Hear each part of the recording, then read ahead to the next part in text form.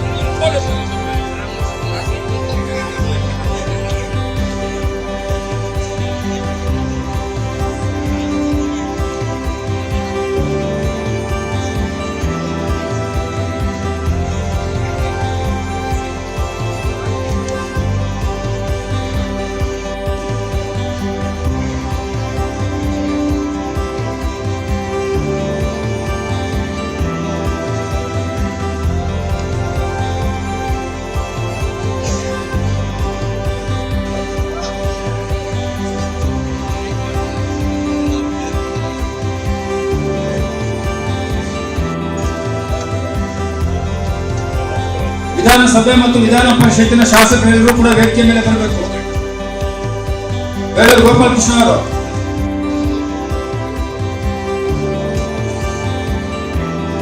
ಅಭ್ಯರ್ಥಿಗಳು ಮುಂದೆ ಕೂತ್ಕೊಳ್ಳಿ. ಮುಂದೆ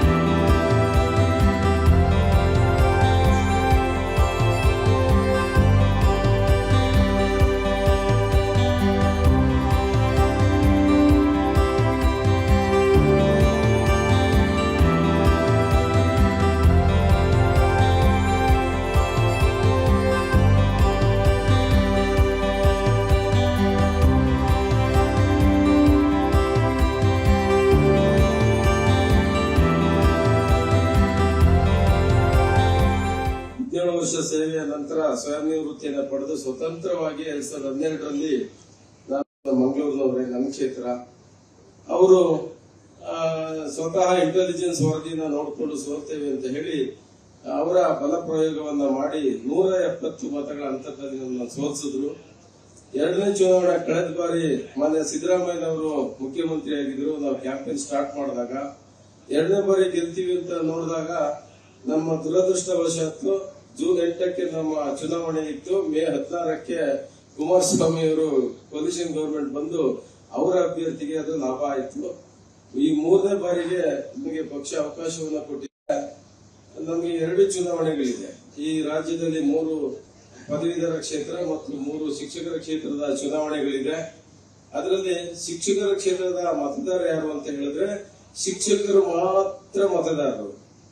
ಸರ್ಕಾರಿ ಶಿಕ್ಷಕರು ಅನುದಾನಿತ, ಅನುದಾನ ರಹಿತ, ಟೆಂಪರರಿ ವರ್ಕ್ ಮಾಡೋರು, ಕಡಿಮೆ ಸಂಬಳ ಕೆಲಸ ಮಾಡೋರು ಮತ್ತು ಎಲ್ಲ ಜಾಸ್ತಿ ಸಂಬಳ ಕೆಲಸ ಮಾಡೋರು ಎಲ್ಲರೂ ಕೂಡ ಅವರು ಮತದಾರರಾಗಿರ್ತಾರೆ.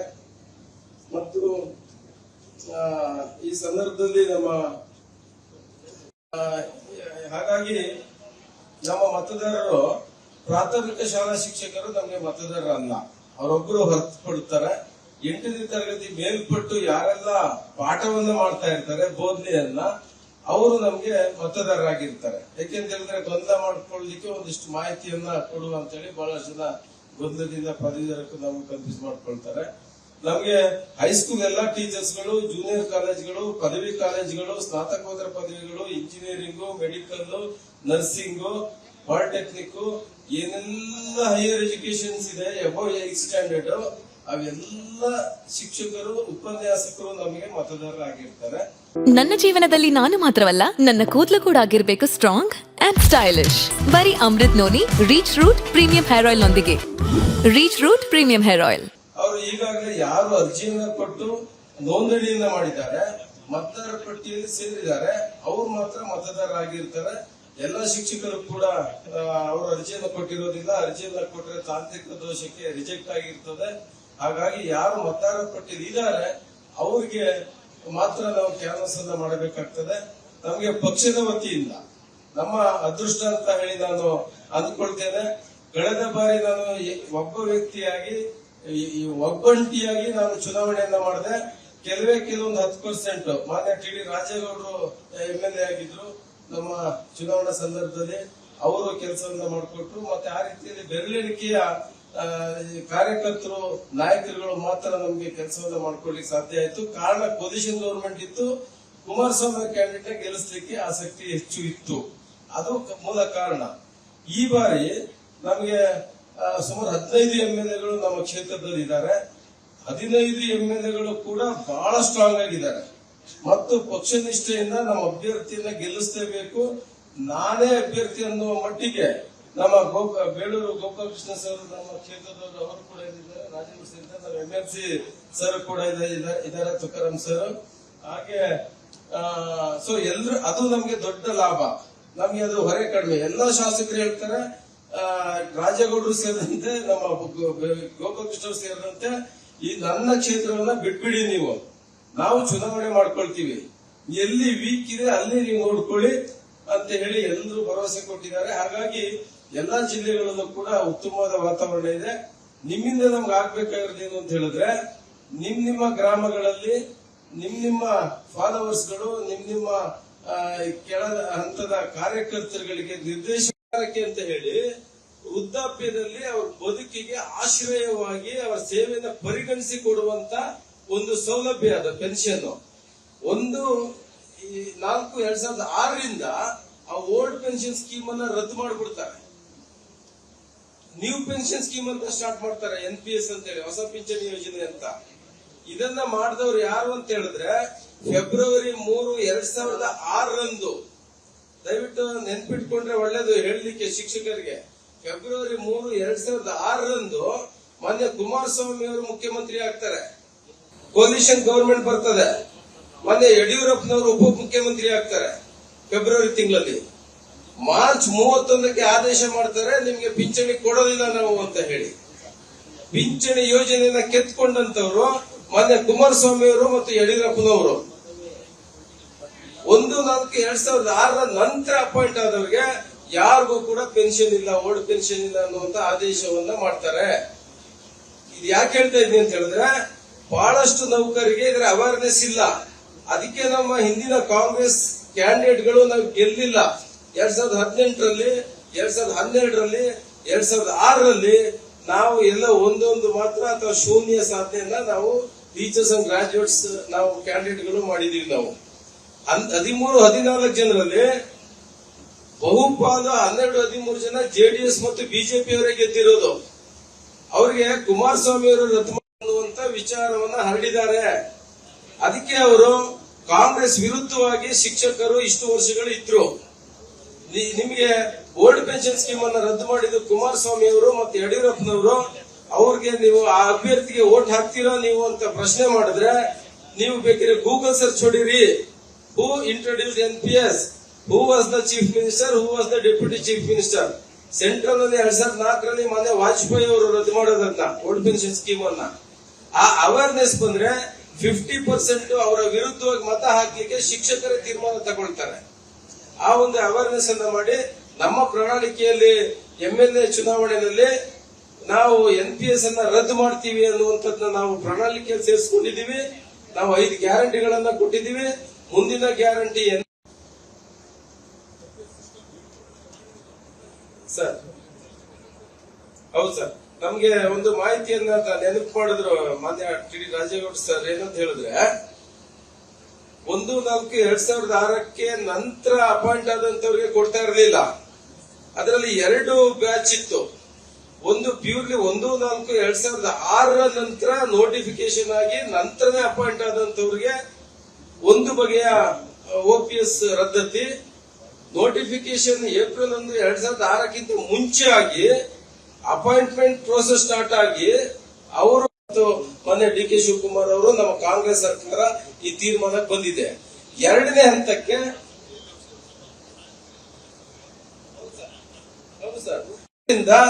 ಮೊದಲ ಹಂತದಲ್ಲಿ ಯಶಸ್ವಿಯಾಗಿದ್ದೇವೆ.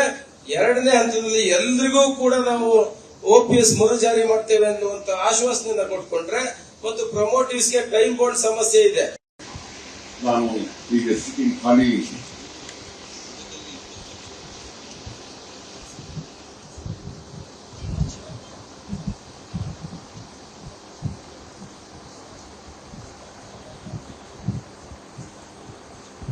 ಸನ್ಮಾನ್ಯ ಮುಖ್ಯಮಂತ್ರಿಗಳಾಗಿರ್ತಕ್ಕಂಥ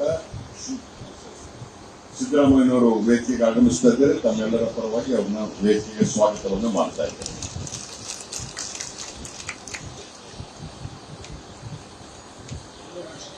ಸಭಾ ಕ್ಷೇತ್ರಗಳ ಹೆಡ್ ಕ್ವಾರ್ಟರ್ಗೆ ಹೋಗಿ ಬರ್ಲಿಕ್ಕೆ ಆಗುವುದಿಲ್ಲ ದಿನ 2ಕ್ಕೆ.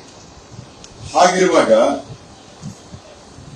ಮತದಾರರನ್ನ ಪ್ರಾಕ್ಟಿಕಲಿ ಮುಟ್ಟುವಂಥದ್ದು ಕಷ್ಟ ಸಾಧ್ಯ. ವಿಶೇಷವಾಗಿ ಇಲ್ಲಿ 50% ಮತದಾರರು ಅವರಾಗಿರ್ತಾರೆ. ನೌಕರದಾರ ಅಲ್ಲದೆ ಇರ್ತಕ್ಕಂಥ ಅನ್ಎಂಪ್ಲಾಯ್ಡ್ ನಾನ್ ಎಂಪ್ಲಾಯ್ಡ್ ಗ್ರಾಜ್ಯುಯೇಟ್ ಅವರು ಎಲ್ಲ ಕಡೆ ಸ್ಕ್ಯಾಟರ್ಡ್ ಆಗಿ ಹರಿದು ಹಂಚಿ ಹೋಗಿರ್ತಾರೆ. ಅವರನ್ನು ಮುಟ್ಟುವಾಗ ನಮ್ಮ ಇದೆಲ್ಲ ಸೆಲೆಕ್ಟೆಡ್ ಆಗಿರ್ತಕ್ಕಂಥ ಪ್ರಭಾವ ಬೀರಬಲ್ಲಂತ ಆಯಾ ಸ್ಥಾನೀಯ ಲೋಕಲ್ ಲೀಡರ್ಸ್ಗಳು ಮನೆಗೆ ಹೋದ್ರೆ ಹೆಚ್ಚು ಒಳ್ಳೇದಾಗುತ್ತೆ.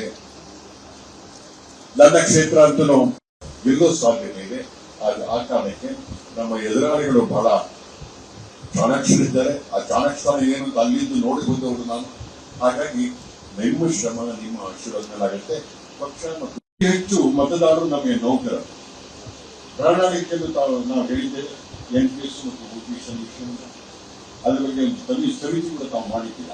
ಯಾರು 2004 ಮುಂಚೆ ಅಪಾಯಿಂಟ್ ಆಗಿದ್ರು 2006 ರಿಪೋರ್ಟ್ ಮಾಡ್ಕೊಂಡಿದ್ರು ಅಂತ 11,300 ಜನಕ್ಕೆ ನೀವು OPS ಅಳವಡಿಸ್ತೀರ. ತಾವು ಒಂದು ಸಂದೇಶವನ್ನ ಈ ಚುನಾವಣೆ ಸಂದರ್ಭದಲ್ಲಿ ನಾವು ಮಾಡ್ತೇವೆ ಅನ್ನೋಂಥ ಭರವಸೆಯ ಮಾತುಗಳನ್ನ ಆಡಿದ್ರೆ ಅದು ಯಾವ್ದು ಭಾಷೆಯಲ್ಲಿ ಹೇಳಬೇಕು ಅನ್ನೋದನ್ನ ರಾಜಕೀಯ ಯೋಚಿಸಬೇಕು. ಯಾವ ಭಾಷೆಯಲ್ಲಿ ಹೇಳಬೇಕು ಅಂತ ಅವ್ರಿಗೊಂದು ವಿಶ್ವಾಸ ಭರವಸೆ ಬರುವಂಥದ್ದು. ಗ್ರಾಜುಯೇಟ್ ಕಾನ್ಸ್ಟಿಟ್ಯೂನ್ಸಿ ಇಡೀ ಕರ್ನಾಟಕದಲ್ಲೇ ಎಲ್ಲಕ್ಕ ದೊಡ್ಡದ ಕಾನ್ಸ್ಟಿಟ್ಯೂನ್ಸಿ. ನನಗೆ 41 ತಾಲೂಕ ಬರುತ್ತೆ. ಅದರಲ್ಲಿ 27 ಶ್ರೀ ಕೆಪಿಸಿಸಿ ಅಧ್ಯಕ್ಷರಾದ ಶಿವಕುಮಾರ್ ಸಿಸಿ ಅವರಿಗೆ ಸ್ವಾಗತಿಸುತ್ತದೆ. ಅನುಕ್ಷಣದ ಸುದ್ದಿಗಳಿಗಾಗಿ ವಿಸ್ತಾರ ನ್ಯೂಸ್ ಯೂಟ್ಯೂಬ್ ಚಾನೆಲ್ ಸಬ್ಸ್ಕ್ರೈಬ್ ಮಾಡಿ. ಹೊಸ ಸುದ್ದಿಗಳ ನೋಟಿಫಿಕೇಶನ್ಗಾಗಿ ಬೆಲ್ ಐಕಾನ್ ಕ್ಲಿಕ್ ಮಾಡಿ. ಲೇಟೆಸ್ಟ್ ಅಪ್ಡೇಟ್ಸ್ಗಾಗಿ www.vistaranews.com ವೆಬ್ಸೈಟ್ಗೆ ವಿಸಿಟ್ ಮಾಡಿ. ಅಂಗೈಯಲ್ಲೇ ಜಗತ್ತಿನ ಸುದ್ದಿ ತಿಳಿಯಲು ವಿಸ್ತಾರ ನ್ಯೂಸ್ ಕನ್ನಡ ಆಪ್ ಡೌನ್ಲೋಡ್ ಮಾಡಿ.